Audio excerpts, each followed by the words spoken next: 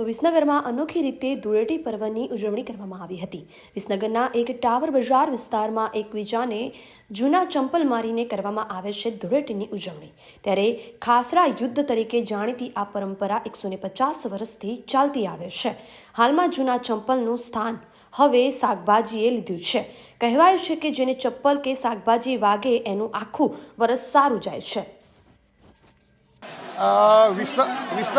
વિસનગરની અંદર લગભગ છેલ્લા 300-350 વર્ષથી હોળીના બીજા દિવસે એટલે કે ધૂળેટીના દિવસે વહેલી સવારે અહીંયા મેન બજારની અંદર તમામ કોમના લોકો ભેગા થાય છે અને વર્ષોથી સામસામે ખાસડા મારવાની આ એક અનોખું ખાસડા યુદ્ધ ચાલી રહ્યું છે।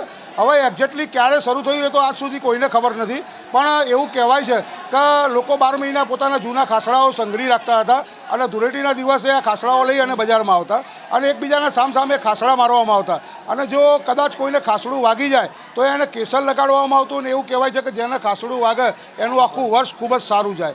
એટલે આ યુદ્ધની ખાસ વિશેષતા બીજી એ છે કે આ બજારની અંદર તમામ કોમના લોકો ભેગા થઈ એકબીજા સામે ખાસડા મારી અને અનોખું આ ખાસડા યુદ્ધનો આનંદ લે છે અને ખાસ કરીને કોમી એકલાસના ભાવથી આ યુદ્ધ યોજાય છે, કારણ કે આજ સુધી આ બજારની અંદર આ યુદ્ધ દરમિયાન ક્યારેય કોઈ પણ જાતનો નાનો મોટો ઝઘડો થયો નથી।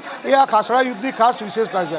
અને બીજું કે આ ખાસડા યુદ્ધની અંદર તમામ કોમના લોકો સાથે મળી અને એકબીજા અમે ખાસડા ફેંકે છે, પણ હવે સમયમાં જેમ પરિવર્તન આવ્યું એમ આમાં પણ થોડું પરિવર્તન આવ્યું। હવે જૂના ખાસડાની જગ્યાએ લોકો જૂના શાકભાજી, બટાકા, ટામેટાં, રીંગણા આ બધું ભેગું થાય છે બજારમાં અને એકબીજા સામે આ શાકભાજી ફેંકવાનો રિવાજ થઈ ગયો છે અને ખાસડા યુદ્ધમાંથી હવે શાકભાજી ઉપર આવી ગયા છે। પણ જે આનંદ પહેલાં તો હતો એવો ને એવો આનંદ આજ સુધી પણ આ ખાસડા યુદ્ધમાં જળવાઈ રહ્યો છે અને ખાસ કરીને આ કોમી એકલાસના ભાવથી યોજવાય છે અને વિસનગરની અંદર એટલે કદાચ ભારતમાં સમગ્ર પ્રથમ જ વાર વિસનગરની અંદર આ વર્ષોથી આ હોળીના બીજા દિવસે આ ખાસડા યુદ્ધની પરંપરા ચાલે છે અને લોકો આનંદ અને ઉત્સાહથી આ તહેવાર ઉજવે છે।